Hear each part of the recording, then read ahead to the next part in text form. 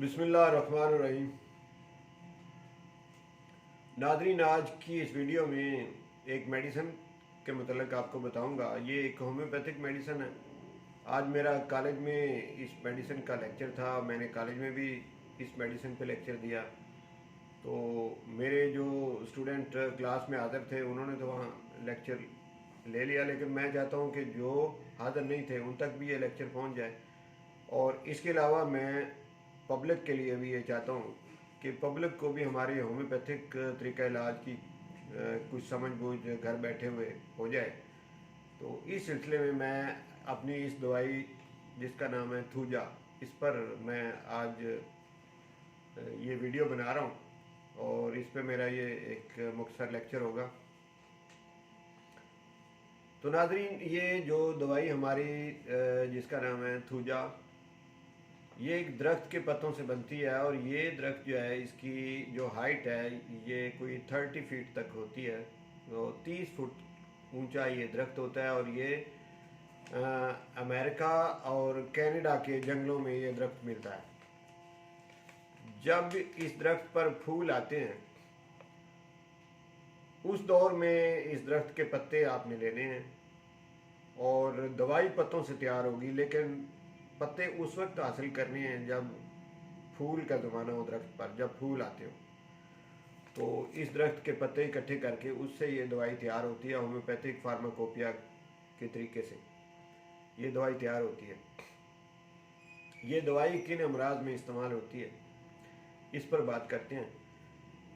हमारी नाजरीन जितनी भी दवाइयाँ हैं उनको आप सर से लेके पाँव तक हर जगह पर उनके असरात होते हैं। मसलन ज़हन पर असरात इस दवाई के क्या हैं, मैदे पर क्या हैं, जिगर पर क्या हैं, किडनी पर क्या हैं, यानी जितने भी सिस्टम हमारी बॉडी के हैं सब पर हमारी अद्वियात के असरात होते हैं। जब भी हम कोई मेडिसिन स्टडी करते हैं तो हम इसी तरीके से करते हैं, ऊपर से लेकर नीचे तक या सिस्टम वाइज उसको हम स्टडी करते हैं। तो जब ये थूजा दवाई को देखते हैं तो ये ऐसे पेशेंट जो हैं उन पे मैं अब इसका पहले ज़हनी बताता हूँ कि ऐसे पेशेंट जो ज़हनी लिहाज से इस तरह के हों कि वो अपने दोस्तों का, रिश्तेदारों का, अपने करीबी लोगों का बुरा सोचते हों, हसद करते हों, उनके बारे में अच्छी सोच ना रखते हों, तो ये मेडिसिन उन लोगों को दें तो ये उनकी सोच को तब्दील कर देती है, उनकी सोच को पॉजिटिव कर देती है। ये जो नेगेटिव सोच का अंदाज़ है उसको ये बेहतर कर देती है। और कुछ ऐसे लोग कि जो इस हद तक चले जाते हों कि वो जिसका वो हसद करते हैं उसको कत्ल करने के मंसूबे भी बनाना शुरू कर दें, यानी इस हद तक नफ़रत का अंदाज उनका हो जाए। तो ये जो स्टेट ऑफ माइंड है इसको भी चेंज करने के लिए इस दवाई का इस्तेमाल किया जा सकता है। ये दवाई अगर इस्तेमाल की जाए तो ये स्टेट ऑफ माइंड जो है ये भी चेंज हो जाती है और बंदा काफ़ी हद तक नॉर्मल हो जाता है और उसकी जो सोच का अंदाज़ है वो बदल जाता है, पॉजिटिव सोचता है, वो इन चीज़ों से पीछे हट जाता है वो। ये तो ज़हन पर ये दवाई अपने असरात रखती है। अब अगर हम और आर्गन पर इसके असरात देखें तो ऐसे पेशेंट जिनके डिस्चार्ज बॉडी में से जितने भी डिस्चार्ज होते हैं वो ऑफेंसिव हों, बदबूदार हों। अब बॉडी से निकलने वाले जो डिस्चार्ज हैं उनमें यूरिन, उनमें स्टूल हो गया, उनमें परस्पायरेशन, ये पसीना, स्वेटिंग जितनी भी है ये, तो ये या कोई फोड़े फिंसी किसी को निकले हैं तो उसमें से भी डिस्चार्ज खारिज होता है। या फिर अगर फीमेल हैं तो वो जो मेंसेस सर्कल होता है उनका पीरियड जो होते हैं उसमें जो ब्लड निकलता है वो हो गया। यानी बॉडी से अब आप थूक जो गिराते हैं ये भी बॉडी से निकलती है, ये भी एक डिस्चार्ज है। नज़ला ज़ुकाम हो गया वो भी एक डिस्चार्ज है। तो इस किस्म के जितने भी डिस्चार्ज हैं जो बॉडी से आउट होते हैं ये सारे के सारे अगर ऑफेंसिव हो, अगर बदबूदार हो, तो ऐसे लोग जो हैं इनको ये थूजा दवाई देने की ज़रूरत होती है। अब ये कान भी बच्चों के बह सकते हैं, कानों से निकलने वाला जो मवाद है इंतहाई बदबूदार हो तो फिर उन बच्चों को ये दवाई दें। बड़ों के भी हो सकती है। अगर नज़ला ज़ुकाम किसी का इंतहाई ऑफेंसिव है यानी बदबूदार है तो ऐसे लोगों को ये दवाई दी जा सकती है और उनके फिर जो ये ऑफेंसिव डिस्चार्ज हैं ये ठीक हो जाते हैं, नॉर्मल हो जाते हैं और उसके जिस्म से बदबू जो है वो कम हो जाती है। अब इसमें ये तो मैंने एक इशारा दिया, जो मेडिकल फील्ड के लोग होंगे वो इससे आगे एक लंबी डिटेल इसको वो समझ सकते हैं कि डिस्चार्ज हैं वो ऑफेंसिव किन किन बीमारियों में होते हैं। तो उन तमाम बीमारियों का इलाज इस दवाई से किया जा सकता है। ये बात होगी। इसके बाद जिन लोगों की स्किन गंदी होती है, डर्टी होती है, अट्रैक्टिव नहीं होती और स्किन के ऊपर वार्ट्स होते हैं, ये जो मोके होते हैं वो निकल आते हैं, तो ऐसे लोग जो हैं इनको इस दवाई की ज़रूरत होती है। वार्ट्स के हवाले से तो बड़ा नाम है इस दवाई का। और इसके अलावा पोलिप, मतलब ये इस तरह की साख्त है कि ये नाक के अंदर भी हो सकती है पोलिप, यूट्रस के अंदर हो सकती है और एनएस के अंदर हो सकती है।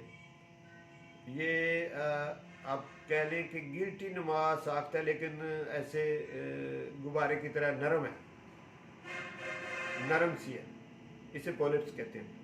तो नाक के अगर अंदर हो तो फिर इसमें ये होता है कि नाक बंद होती है और सांस लेने में दिक्कत होती है।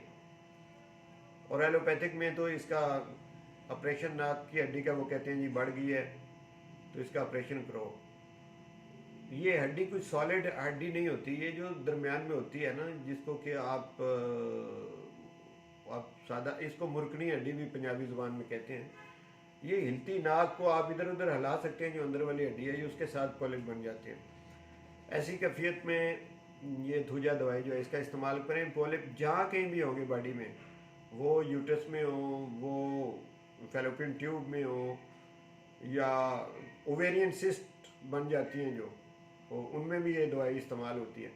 और ख़ास करके लेफ़्ट ओवरी जो है उसके अंदर अगर सिस्ट हो, ओवेरियन सिस्ट, तो उसमें ये थूजा दवाई का इस्तेमाल, ऐसी कंडीशन, ये जो मैंने पोलिप के हवाले से, सिस्ट के हवाले से बताई है, ऐसी तमाम कंडीशन में इस दवाई का इस्तेमाल किया जा सकता है और इसके अच्छे रिजल्ट आते हैं।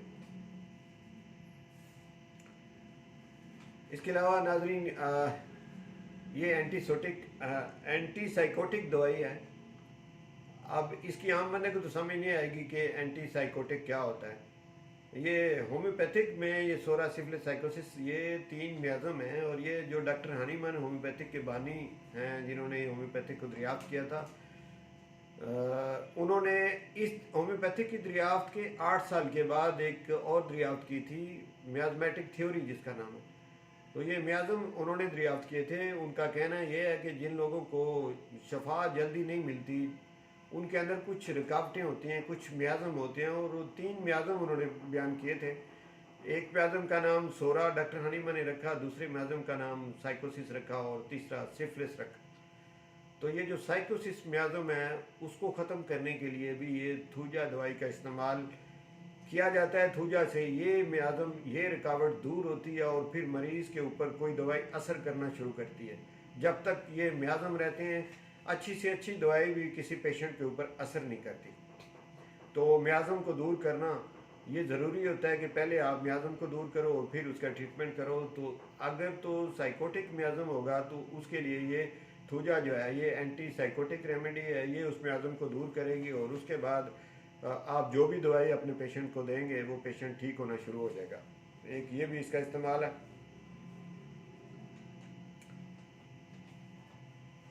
सर्कुलेशन में अगर कोई डिस्टर्बेंस हो, यानी हार्ट के हवाले से ब्लड सर्कुलेशन ठीक ना हो रही हो, तो उसमें भी थूजा का इस्तेमाल, ब्लड प्रेशर हाई रहता हो, सर्कुलेशन ठीक ना होती हो, आपकी पल्स जो है वो इरेगुलर हो, तो पल्स का इरेगुलर होना इस बात की अलामत है कि सर्कुलेशन आपकी ठीक नहीं है।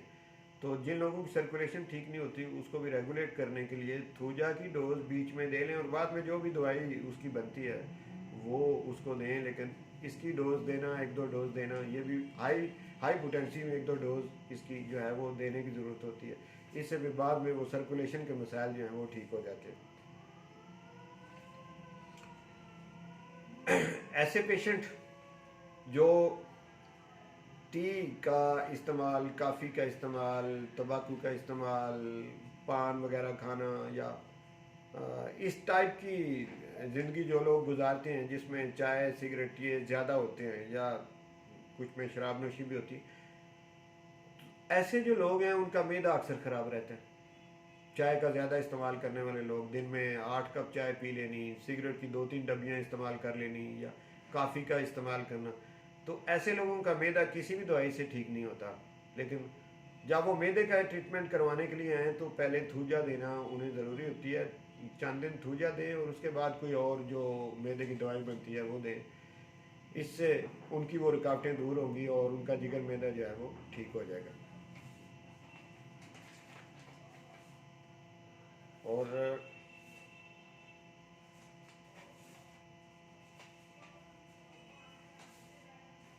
तो नाज़रीन, इसकी जो वैसे तो बहुत लंबी डिटेल है, लेकिन मैंने इसकी जो बड़ी बड़ी अलामतें हैं वो मैंने आपके सामने रख दी हैं थूजा की।